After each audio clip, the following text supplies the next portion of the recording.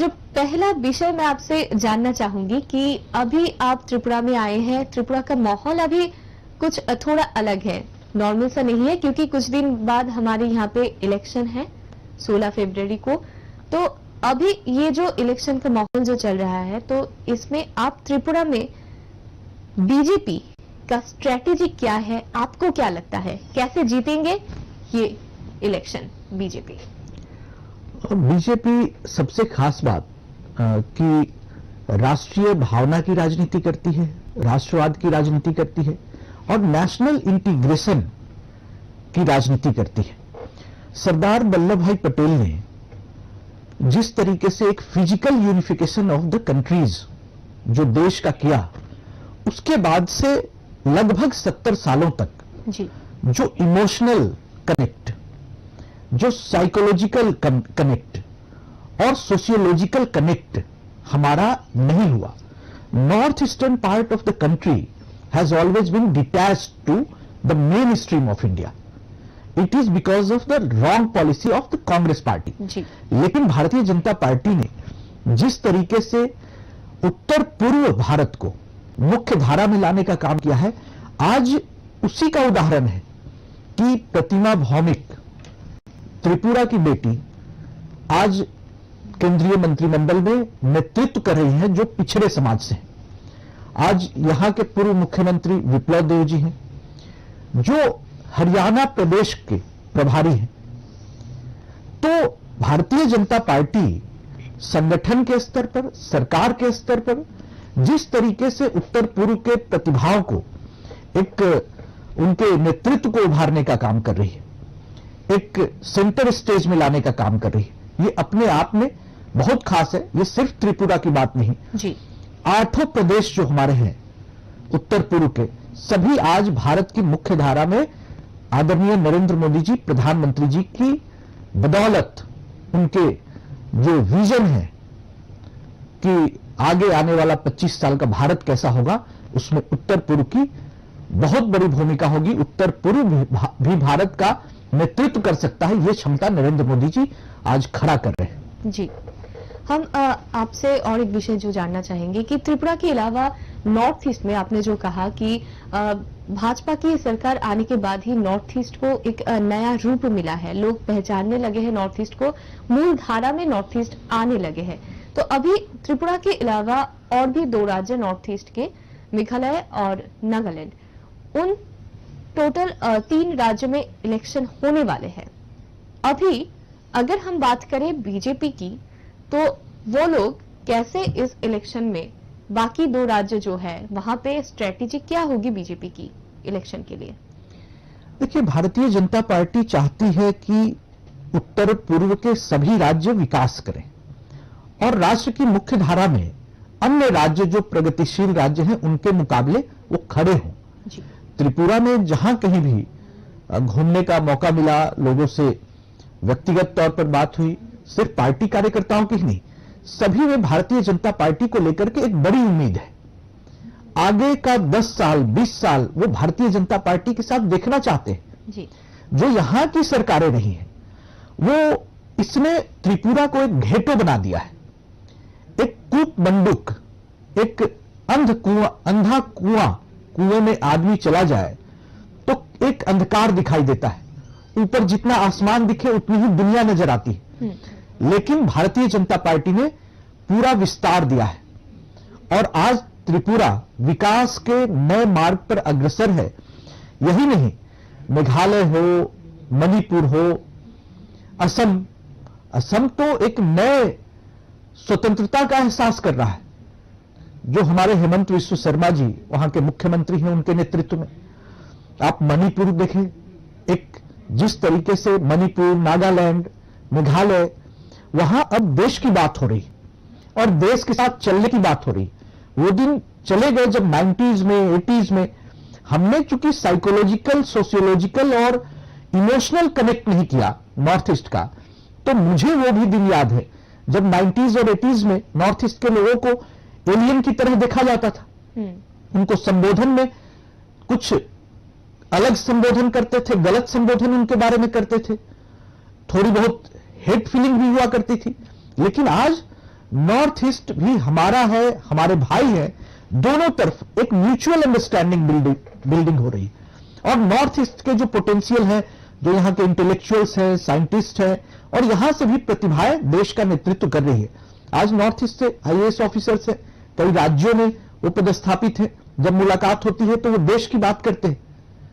और आज हम घेटों से निकलकर एक नए फ्रीडम सिचुएशन को रियलाइज कर रहे हैं।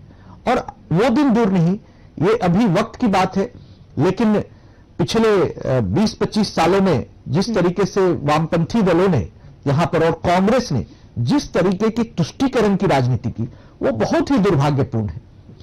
और आज फिर से लगातार ये पार्टियां जब अपोजिशन में आ गई हैं, अपना वर्चस्व खत्म हो गया है इनका, तब भी आज भी ये तुष्टीकरण की राजनीति के सहारे फिर से रिवाइव करना चाहती हैं, लेकिन ऐसा संभव नहीं होगा।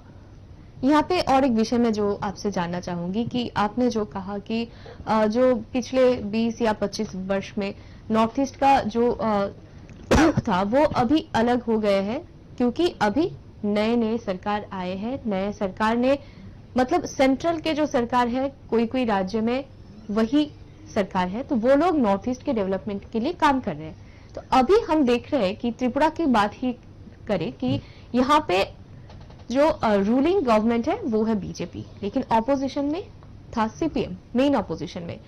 अभी हम देख रहे हैं कि सीपीएम और कांग्रेस वो लोग गठबंधन करके बीजेपी को हराने के लिए यहाँ पे काम कर रहे हैं। तो आप क्या कहेंगे, वो लोग कितना स्ट्रांग है यहाँ पे? देखिए, देश में अपोजिशन पार्टीज जिस तरीके से अपना आइडियोलॉजिकल स्ट्रेंथ भी इन्होंने लूज किया है, और ये सिर्फ त्रिपुरा की बात नहीं, पूरे देश में लेफ्ट, लिबरल, कांग्रेस, आम आदमी पार्टी, इस तरह के जो तत्व हैं, इन्होंने एक तरीके से इंटरनल कोलैबोरेशन किया है जी। और ये बंगाल के पिछले चुनाव का भी उदाहरण ले तो जिस तरीके से कांग्रेस को एक भी सीटें नहीं आई, भारतीय जनता पार्टी 3 से अपोजिशन के स्पेस को भारतीय जनता पार्टी ने ग्रैब किया, लेकिन कांग्रेस ने अपना वोट ट्रांसफर किया, इसके बावजूद भी सीपीएम वहां पर खड़ी नहीं हो पाई। आज देखें कि आज वही राजनीति त्रिपुरा में करने की कोशिश हो रही है, लेकिन त्रिपुरा की जनता निश्चित तौर पर, हमें पूरा विश्वास है कि भारतीय जनता पार्टी को एक बड़े और नए बहुमत के साथ फिर से त्रिपुरा में सरकार बनाने का मौका देगी, क्योंकि त्रिपुरा की जनता जान चुकी है कि जातिवाद और रिलीजियस जो सेंटिमेंट खड़ा करके धार्मिक तुष्टीकरण की नीति, मुस्लिम परस्ती की नीति, ये सब चलने वाली नहीं है। विकास की राजनीति हम करना चाहते हैं, त्रिपुरा को मुख्य धारा में लाना चाहते हैं। आने वाले भविष्य में इस देश का नेतृत्व त्रिपुरा का भी कोई व्यक्ति करे, ये हौसला भारतीय जनता पार्टी ही दे सकती है, कोई दूसरी पार्टी नहीं दे सकती है। कांग्रेस में कोई सोच भी नहीं सकता है कि किसी राज्य का कोई व्यक्ति आज राहुल गांधी को रिप्लेस करके वहां राष्ट्रीय अध्यक्ष हो, लेकिन भारतीय जनता पार्टी ये मौका देती है।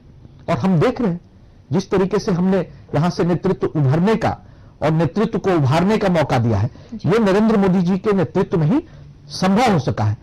और हमारे गृह मंत्री माननीय अमित शाह जी, वो नॉर्थ ईस्ट में स्पेशल इंटरेस्ट ले रहे हैं, और जिस तरीके से वो लगातार नॉर्थ ईस्ट के सभी राज्यों का दौरा लेते हैं, और उनका इंटरेस्ट सिर्फ गवर्नेंस को लेकर के ही नहीं है, वो डेवलपमेंट को लेकर के ही नहीं है, यहां के कल्चरल एसेंस और इथोस, इसको किस तरीके से हम उभारें, उसको स्ट्रेंथन करें, यहां के सिविलाइजेशनल जो पर्सपेक्टिव है उसको स्ट्रेंथन करें, इस बात पर भी हमारी सरकार और पार्टी खासा इंफोसिस कर रही है। और मुझे लगता है कि हम इस पूरे जो उत्तर पूर्व का जो क्षेत्र है, इसको विकास के नए शिखर पर हम पहुंचाएंगे। आज डेवलपमेंट हुआ है तो यहां इन्वेस्टमेंट भी शुरू हुआ है, और आने वाले समय में निश्चित तौर पर, अभी तो हमने स्ट्रीमलाइन चीजों को किया है।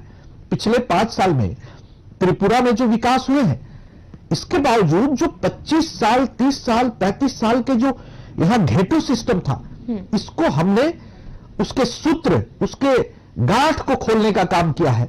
और आज स्पेस मिल रहा है तो लोग भी बाहर से आ रहे हैं। एक कंजर्वेटिव सोसाइटी आप खड़ा करके आप इन्वेस्टमेंट को कॉल नहीं कर सकते जी। आपको ओपन सोसाइटी बनाना पड़ेगा। आज जब हम लिबरलाइजेशन के दौर में, ग्लोबलाइजेशन के दौर में, कांग्रेस ने ग्लोबलाइजेशन लाया, लेकिन यहां के समाज को आप जड़वादी समाज बनाकर रखे, जाति और धर्म पर आधारित समाज बनाकर रखे, तो ये ग्लोबलाइजेशन और लिबरलाइजेशन का पूरा जो एसेंस है वो डाइल्यूट हो जाता है, ध्वस्त हो जाता है। हम तो एक खुला समाज बनाना चाहते हैं जो भारत की सभ्यता संस्कृति का सम्मान करे, इस भारत भूमि राष्ट्र के प्रति समर्पण भाव रखे और भारत की शर्तों पर दुनिया का कोई भी फर्म हो, कंपनी हो, आज यहां मेक इन इंडिया और मेड इन इंडिया की बात हो रही, तो हम एक नए सिरे से एक self realisation, India is emerging in a new sense in north east India, जी वी कैन से। आप बात कर रहे थे हम कुछ देर पहले कि वो सीपीएम और जो कांग्रेस का जो गठबंधन त्रिपुरा में बना है, वो हम देखते हैं कि वो लोग पहले राइवल्स थे, लेकिन अभी वो लोग गठबंधन कर रहे हैं कि बीजेपी को हटाना है और सरकार पे आने हैं। तो उन लोगों का जो ग्रास रूट लेवल का जो सपोर्टर्स है, वो लोग क्या सोच रहे हैं अभी? क्या लगता है आपको ये कितना सफल होगा उन लोगों के लिए, या फिर कितना चैलेंजिंग होगा कि ग्रास रूट लेवल के जो सपोर्टर्स हैं सीपीएम और कांग्रेस के, उन लोगों को समझाना कि हम गठबंधन अगर कर रहे हैं तो ये हमारे सबके लिए भलाई है? क्या कहेंगे आप? देखिए, एक बात तो है कि देश में जिस तरीके की राजनीति पश्चिम बंगाल में हो रही है, वो कहीं ना कहीं त्रिपुरा को भी इन्फ्लुएंस करता है अपोजिशन के मायने में। जिस तरीके से वेस्ट बंगाल का एक वायलेंट पास्ट रहा है और पिछले चुनाव के दौरान और चुनाव के बाद जिस तरीके से राजनीतिक हत्याओं का दौर हुआ, क्या त्रिपुरा की जनता ये चाहती है कि लेफ्ट पार्टीज और कांग्रेस जैसी पार्टियां एक होकर खड़ी हो जाएं और इस तरीके का रक्त रंजित, ब्लडी और यहां नरसंहार जैसी स्थिति हो? बिल्कुल नहीं चाहती है। ये पीछे लौटने का सवाल निश्चित तौर पर ऐसा कोई आम जनता सोच रही हो नहीं है। अब वो आगे जाना चाहती है और डेवलपमेंट सिनारियो देखिए, आज पश्चिम बंगाल भले ही बड़ा राज्य है, लेकिन आने वाले समय में त्रिपुरा पश्चिम बंगाल को भी पीछे छोड़ देगा विकास के मायने में। ये इस बात का हमें निश्चित पूरा विश्वास है। देखिए, एक कांग्रेस का जो वोट बैंक है और सीपीएम का वोट बैंक है, ये एक दूसरे के खिलाफ लड़ती रही है, आज एक दूसरे को वोट ट्रांसफर करने की बात करती है। लेकिन हमारा ये कहना है कि कई सारे फ्यूज्ड बल्ब को एक साथ आप खड़ा कर दें, तो क्या ये एलईडी लाइट जो भारतीय जनता पार्टी की है उसका मुकाबला कर सकती है? कतई नहीं कर सकती है। ये सारे फ्यूज्ड बल्ब हैं। अगर फ्यूज्ड बल्ब यहां से लेकर कश्मीर से कन्याकुमारी और पूरे नॉर्थ ईस्ट के फ्यूज्ड बल्ब इकट्ठा हो जाए, तब भी जहां जहां भारतीय जनता पार्टी की सरकारें हैं, त्रिपुरा में, असम में, आप देखें कि इस रोशनी से पूरा भारत आज जगमग कर रहा है। इस रोशनी की पहुंच आज पूरे देश में हो रही है। ऐसे में इन सब का कोई मायने नहीं है और मैं तो पूरे विश्वास के साथ कहता हूं घूमने के बाद कि त्रिपुरा की जनता, ये जो फ्रिंज एलिमेंट है, इनको मैं फ्रिंज एलिमेंट कहता हूं, कांग्रेस, सीपीएम, ये फिर से ये हिंसा का सहारा लेकर के ही वापस आना चाहती है। इनके अंदर एक एरोगेंस है।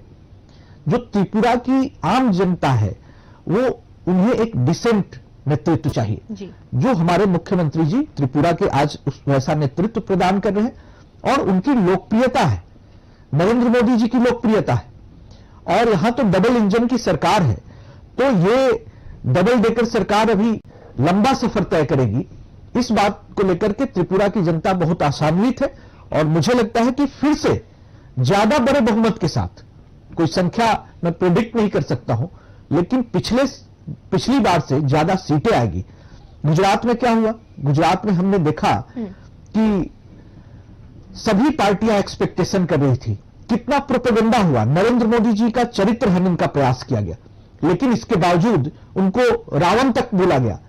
लेकिन क्या गुजरात की जनता ने इन विपक्षी जो फ्यूज्ड बल्ब की दुकान थी इसको थोड़ा भी स्पेस दिया? बिल्कुल नहीं दिया। आज तो कांग्रेस अपने निम्नतम सीटों पर आ गई गुजरात में।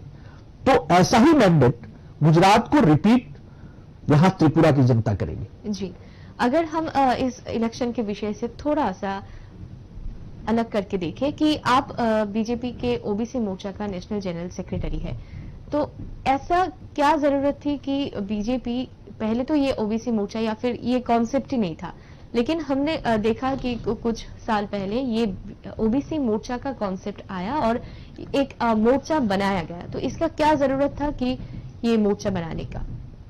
देखिए, भारतीय जनता पार्टी सर्व समाज की पार्टी है और हम चाहते हैं कि सभी समाज के लोग मुख्य धारा में आए, राष्ट्रवाद की धारा में आए, राजनीति करें।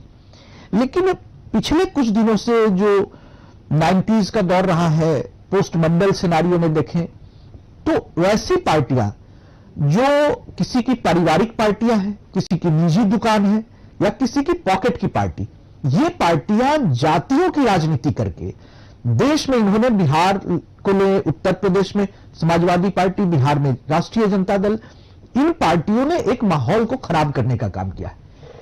भारतीय जनता पार्टी ने, मैं तो दिल से धन्यवाद देता हूं तत्कालीन उस समय के राष्ट्रीय अध्यक्ष माननीय श्री अमित शाह जी को, उन्होंने अपने राष्ट्रीय अध्यक्ष नेतृत्व काल में ओबीसी मोर्चा का पहली बार 2015 में गठन किया। और आज आपको आश्चर्य होगा कि हमारे जो त्रिपुरा से केंद्र सरकार में हमारी मंत्री है दीदी प्रतिमा भौमिक जी, वो पिछड़े समाज से, ओबीसी समाज से आती हैं, महिला है। किसी ने सोचा था कि एक पिछड़े वर्ग की महिला को केंद्रीय नेतृत्व में, केंद्रीय सरकार में इतना मौका मिलेगा? नरेंद्र मोदी जी ने सिर्फ जाति का किसी को जगह देकर के किसी जाति के व्यक्ति को ऑबलाइज करने का काम नहीं किया, वोट बैंक बनाने का काम नहीं किया। उनका मकसद है कि हम पिछड़े वर्गों से, विभिन्न जातियों से नेतृत्व वर्ग खड़ा करें, जो राष्ट्र की मुख्य धारा में पॉलिसी मेकिंग, प्लानिंग और इंप्लीमेंटेशन के लेवल पर कंट्रीब्यूट करे। आपको आश्चर्य होगा कि देश की आजादी के बाद कांग्रेस की सरकारें जब थी, केंद्र में अगर कोई ओबीसी व्यक्ति मंत्री बनता था तो सोशल जस्टिस मिनिस्टर बनता था। आज रेलवे मिनिस्टर, आज एजुकेशन मिनिस्टर, आज फॉरेस्ट इन्वायरमेंट मिनिस्टर सारे ओबीसी है।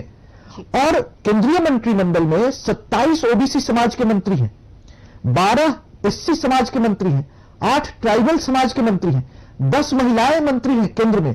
और आज मुझे लगता है कि 50 से 60% जो सबल्टर्न कम्युनिटी है उसके मंत्री आज केंद्र में हैं। यही नहीं, नरेंद्र मोदी जी ने ओबीसी कमीशन को संवैधानिक दर्जा देने का काम किया। आज नीट में आरक्षण जो हुआ, ओबीसी समाज का कोई बेटा बेटी आज डॉक्टर बन सकता है, नीट में रिजर्वेशन। मैं तो कहता हूं कि मंडल कमीशन लागू करने के बाद नीट में रिजर्वेशन सबसे बड़ा हिस्टोरिक स्टेप था नरेंद्र मोदी जी का। और जो भी काम हो रहे हैं, तो हम जाति का घेटो, जाति का एक हंगामा खड़ा, टोटका खड़ा करके राजनीति, वोट बैंक कोई नहीं बनाना चाहते। हम चाहते हैं कि सभी समाज को उनकी क्षमता के अनुसार, उनकी प्रतिभा के अनुसार सभी समाज के लोग राष्ट्र की मुख्य धारा में आए, शामिल हो। और भारतीय जनता पार्टी ओबीसी मोर्चा ये मानती है कि सामाजिक न्याय और राष्ट्रवाद एक समानांतर धारा है, हम लेकर के चल सकते हैं। जो अन्य पार्टियां, जो कांग्रेस का, लेफ्ट का सोशल जस्टिस क्या है, ये एंटी नेशनलिज्म वाला सोशल जस्टिस है, ये अब नहीं चलेगा। हम तो चाहते हैं कि social justice and social justice और जो नेशनलिज्म है वो एक पैरेलल फोर्स है। ये सेक्युलरिज्म को सामने लाकर, सेक्युलरिज्म के पर्दे में इन लोगों ने जितनी हानि सामाजिक न्याय की राजनीति की है, चाहे वामपंथी दल हो, चाहे समाजवादी पार्टियां हो, उतना किसी ने नहीं किया है। इन लोगों ने इनको वोट बैंक बनाने का काम किया। आज मुसलमानों की बात होती है, नरेंद्र मोदी जी ने हमारे हैदराबाद से, और बाद में भी उन्होंने कहा कि 80%, 85% पॉपुलेशन मुस्लिम्स में, ओबीसी मुस्लिम्स की है। आज सचर कमेटी रिपोर्ट देखें, ये वामपंथी पार्टियों ने 30-35 साल शासन किया, मुसलमानों की जितनी बदतर स्थिति वामपंथी और कांग्रेस रूल्ड स्टेट में रही है, उतना कहीं नहीं रही है। इन्होंने किसी समाज को मुख्य धारा में लाने का काम नहीं किया, उनको वोट बैंक बनाने का काम किया। हम इससे परे एक नया समाज बनाना चाहते हैं। जी, इससे आप जो बोल रहे थे कि ओबीसी लोगों के लिए एक नया समाज बनाने के लिए ये ओबीसी मोर्चा का गठन किया गया। अगर हम देखें कि हमारे देश में बहुत सारी यूथ्स है, वैसे ही ओबीसी जो समाज है उसमें भी बहुत सारी यूथ्स है, उन लोगों में बहुत सारे पोटेंशियल्स है। और अगर हम बात करें नॉर्थ ईस्ट की, एक ही बात है, नॉर्थ ईस्ट में भी पॉपुलेशन में बहुत सारे लोग ओबीसी लोग हैं, तो उन लोगों में जो पोटेंशियल्स है उनको बीजेपी कैसे यूटिलाइज करना चाहती है? देखिए, एक बात स्पष्ट कर दूं, अब ओबीसी के वेलफेयर के लिए नरेंद्र मोदी जी ने बहुत कुछ किया है। आपको आश्चर्य होगा कि वेंचर कैपिटल फंड, करोड़ों रुपए का लोन आज लेने की सुविधा है। मुद्रा लोन हो, मेक इन इंडिया और जितने सुविधाएं हैं, उसमें ओबीसीज का एक बड़ा स्टेक है, उसका लाभ ओबीसीज को भी मिल रहा है जी। और सबसे बड़ी बात दुर्भाग्य ये है कि पश्चिम बंगाल में जैसे वहां पर टीएमसी की सरकार है और हमारे ओबीसीज को जिस तरीके से वहां मुस्लिम्स के अगेंस्ट पिच करके ओबीसी रिजर्वेशन का पूरा लाभ वहां मुस्लिम समाज के लोगों को जिस तरीके से दिया जा रहा है, ये हमारे लिए चिंता का प्रश्न एक है। जी। हम इस तरह के धर्म और जाति में बांटकर काम नहीं करना चाहते, लेकिन हिंदू ओबीसीज का जो एक सेंटिमेंट है, उसकी जो जरूरत है, उसको आप सेक्युलरिज्म के नाम पर साइड नहीं कर सकते।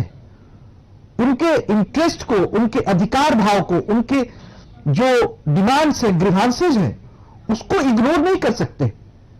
और इंडिया में रिलीजन बेस्ड रिजर्वेशन को कॉन्स्टिट्यूशनल परमिशन नहीं है, लेकिन इन राज्यों में जिस तरीके से रिजर्वेशन के नाम पर पूरे मुस्लिम समाज को ओबीसी रिजर्वेशन के भीतर शामिल किया गया, पश्चिम बंगाल में खास तौर से, तो ओबीसी की एक हकमारी हुई है। और जो ओबीसी समाज है, हम तो चाहते हैं कि मुसलमानों का जो ओबीसी समाज है, जो छुआछूत का भी शिकार है, वहां धर्म के भीतर जो उनको मुख्य धारा में नहीं आने दिया जा रहा है, आज वैसे लोगों को भी सामने आना चाहिए, मुख्य धारा में आना चाहिए। लेकिन आप इसका मतलब कि जो हमारा जो सामाजिक न्याय की पूरी अवधारणा है, जो मंडल कमीशन की अवधारणा है, उस अवधारणा को सेक्युलरिज्म के नाम पर मुस्लिम अपीजमेंट करके आप डाइल्यूट नहीं कर सकते हैं, साइडलाइन नहीं कर सकते। हमें बहुत ही कॉशियस होकर इन बातों पर गौर करना होगा और ओबीसी समाज को भी जागना होगा, अपने राइट्स को पहचानना होगा। और किस तरीके से ये जो वामपंथी पार्टियां हैं, लेफ्ट लिबरल पार्टियां हैं और टीएमसी और आम आदमी पार्टी जैसी पार्टियां, पॉलिटिकल पार्टीज हैं, ये हमारे ओबीसी इंटरेस्ट को, ओबीसी के सोशल जस्टिस की नीड को सेक्युलरिज्म के कर्टन में, सेक्युलरिज्म की पर्देदारी में जिस तरीके से हमारे इंटरेस्ट को घात कर रही है, इसका जवाब भी हमारे ओबीसी समाज को एकजुट होकर देना पड़ेगा। और हम त्रिपुरा की जो ओबीसी समाज है, इससे अपील करते हैं कि इस तरीके की लेफ्ट लिबरल कांग्रेस, वामपंथी और आम आदमी पार्टी और टीएमसी पार्टियां जो हैं, जिस तरीके से हमारे हिंदू ओबीसी समाज के हितों के साथ खिलवाड़ कर रही है, मजाक कर रही है, मुस्लिम तुष्टीकरण, धार्मिक तुष्टीकरण की राजनीति कर रही है और हमें अपने हक का जो आरक्षण है, जो कोटा है, वो भी नहीं दे रही अपने अपने रूल्ड स्टेट्स में, तो इसके खिलाफ वो त्रिपुरा का जो ओबीसी समाज है, त्रिपुरा की जनता है, एक बड़ा संदेश देगी। भारतीय जनता पार्टी के पक्ष में वोट देकर इनको आसपास के स्टेट्स में, पश्चिम बंगाल में भी इसकी आवाज जानी चाहिए। जी, अगर हम देखें कि अब आप तो बिहार के भी प्रवक्ता है बीजेपी के, वहां पे हम जो पॉलिटिक्स देख रहे हैं, वहां पे नीतीश कुमार वो बीजेपी के साथ थे पहले, अभी उन्होंने बीजेपी का हाथ छोड़ दिया है। तो अभी बिहार में अगर हम राजनीति की बात करें, वहां पे परिस्थिति ठीक कैसी है, क्या बताएंगे आप? देखिए, बिहार में जो 90 के बाद से 2005 तक जो डिटेरिएशन का एक फेज था, उससे निपटने के लिए भारतीय जनता पार्टी ने निश्चित तौर पर, भारतीय जनता पार्टी एक संघर्ष करने वाली पार्टी रही। 2000 के पहले जब भी चुनाव हुआ, नीतीश कुमार जी की समता पार्टी थी, समता पार्टी ज्यादा सीटों पर हमेशा लड़ती रही, अलग उनको कम सीटें आती थी। जब समता पार्टी को 7 सीटें आती थी, भारतीय जनता पार्टी को 37 सीटें आती थी। जब समता पार्टी 20-30 सीटें लाती थी, भारतीय जनता पार्टी 67 सीट्स लाती थी। लेकिन हमने नीतीश कुमार जी को आगे करके उनको अपने कंधे पर बिठाकर बिहार की तस्वीर बदलने की कोशिश की। लेकिन नीतीश कुमार जी ने एक लंबे राजनीति के बाद जिस तरीके से आज फिर से बैक टू स्क्वायर वन, आज लालू जी की गोद में जाकर बैठ के कंधे से उतरकर, अब दुर्भाग्य देखिए कि नीतीश जी जिस तरीके की डिस्पिरेशन की राजनीति कर रहे हैं, उनका जो पीएम एस्पिरेशन है, ये पूरा कंप्लीट फियास्को है। आज उनके मिनिस्टर्स क्या क्या बयान दे रहे हैं, कोई रामचरितमानस पे बोलता है, कोई किसी को जातिवादी गाली देता है, कोई राम मंदिर, एक हिस्टोरिक राम मनोहर लोहिया जो सोशलिस्ट पार्टी के एक बड़े नेता थे, राम मनोहर लोहिया जी भी कभी राम और कृष्ण की अवधारणा को उन्होंने चैलेंज नहीं किया। वो तो कहते थे कि राम मेला, कृष्ण मेला जैसे आयोजन होने चाहिए। भारत की सभ्यता, संस्कृति और भारत की जमीन में, रोम रोम में, कण कण में राम और कृष्ण है, ये लोहिया की अवधारणा थी। और ये लोग आज राम, भगवान श्री राम को भी एब्यूज कर रहे हैं, भगवान श्री कृष्ण को एब्यूज कर रहे हैं, रामचरितमानस को एब्यूज कर रहे हैं। अब ये एक धर्म और जाति का ऐसा एक तमाशा खड़ा, जातिवाद का खड़ा करना चाहते हैं जी। और ऐसे में बिहार में जो कॉन्ट्राडिक्शन दिख रहा है, मुझे तो नहीं लगता कि नीतीश कुमार पटना राजधानी से दिल्ली पहुंच भी पाएंगे। ये स्थिति है। बिहार में एक बार फिर से अराजकता का माहौल है और भारतीय जनता पार्टी बहुत ही मजबूती के साथ अकेले बूते काम कर रही है। जो हमारे बाई इलेक्शंस हुए, गोपालगंज जो लालू जी का होम ग्राउंड है, वहां से हमने चुनाव जीता, कुर्नी एक कॉन्स्टिट्यूएंसी है, वहां से चुनाव जीता। तो जो प्रयोग हो रहे हैं, तो इस बार भारतीय जनता पार्टी को लेकर के जनता काफी उत्साहित है और ऑलराउंड डेवलपमेंट जो बिहार का हुआ है, वो भारतीय जनता पार्टी और केंद्र सरकार के बूते एक बड़ा डेवलपमेंट हुआ है। आज बिहार की स्थिति यह है कि बिहार का अपना स्टेट कैपिटल स्ट्रेंथ मुश्किल से 10 या 15 हजार करोड़ या 20 हजार करोड़ है। बिहार बजट पास करता है 2.25 लाख करोड़ का। ये पैसे कहां से आते हैं? केंद्र सरकार के पैसे। बिहार में एक लीकर प्रोहिबिशन की पॉलिसी है। और आपको बता दूं कि 2005 में जब लालू जी की, राबड़ी देवी की सरकार जा रही थी, तो उस समय लीकर से स्टेट को आय जो इनकम था वो 400 करोड़ था। 2012 आते आते वो 4000 करोड़ से 5000 करोड़ हो गया। और जब नीतीश कुमार जी ने ब्लैंकेट बैन लीकर पे लगाया, तो करीब करीब 30,000 करोड़ का घाटा आज बिहार को सीधे सीधे तौर पर है। Trade, hospitality, industry, commerce, tourism, सब sector badly hit by this prohibition policy. अब क्या है कि एक पैरेलल इकोनॉमी 50,000 करोड़ का खड़ा हो गया है। नीतीश कुमार ब्लैंकेट बैन लगाते हैं, कानून बनाते हैं, और जब कोई जहरीली शराब से मौत होती है तो कहते हैं कि पियोगे तो मरोगे। मैंने उनको सलाह हम लोगों ने दिया कि श्री 420 फिल्म देखे जाकर, जिसमें क्या संदेश था कि कोई चोर है तो उसका बेटा चोर नहीं होता है। पीने वाला अपराधी हो सकता है, गलत हो सकता है, लेकिन उनके अबोध अनाथ बच्चे, उनकी विधवा पत्नियां, उनका क्या दोष है? उनको कंपेंसेशन तक नहीं दे रहे। तो इतना ये एक निरंकुश शासक की तरह, एक डिस्पॉट की तरह वो एक किंगडम स्टाइल में वो रन कर रहे हैं और नीतीश कुमार जी को इसका परिणाम भुगतना पड़ेगा। जी, हम बातचीत के एकदम अंत तक आ पहुंचे, तो शेष में मैं आपसे एक ही विषय जानना चाहूंगी। आप त्रिपुरा में आए हैं, त्रिपुरा का वो कल्चर या फिर एनवायरनमेंट अभी देख रहे हैं, तो आप क्या सोच रहे हैं क्या देख रहे हैं आपकी अगले दिन इलेक्शन के बाद त्रिपुरा का रूप क्या होगा, कौन से पार्टी जीत के आएगी? तो इसमें कोई शक नहीं है कि 35 सालों तक लगभग यहां की जनता ने एक प्रकार से राजनीतिक गुलामी की। उनको कोई अल्टरनेटिव नहीं नजर आ रहा था। भारतीय जनता पार्टी ने त्रिपुरा की जनता के लिए एक अल्टरनेटिव पेश किया और 5 सालों तक एक बेहतरीन शासन दिया। यहां किसी भी तरह का वायलेंस नहीं हुआ, एक डेवलपमेंट हुआ।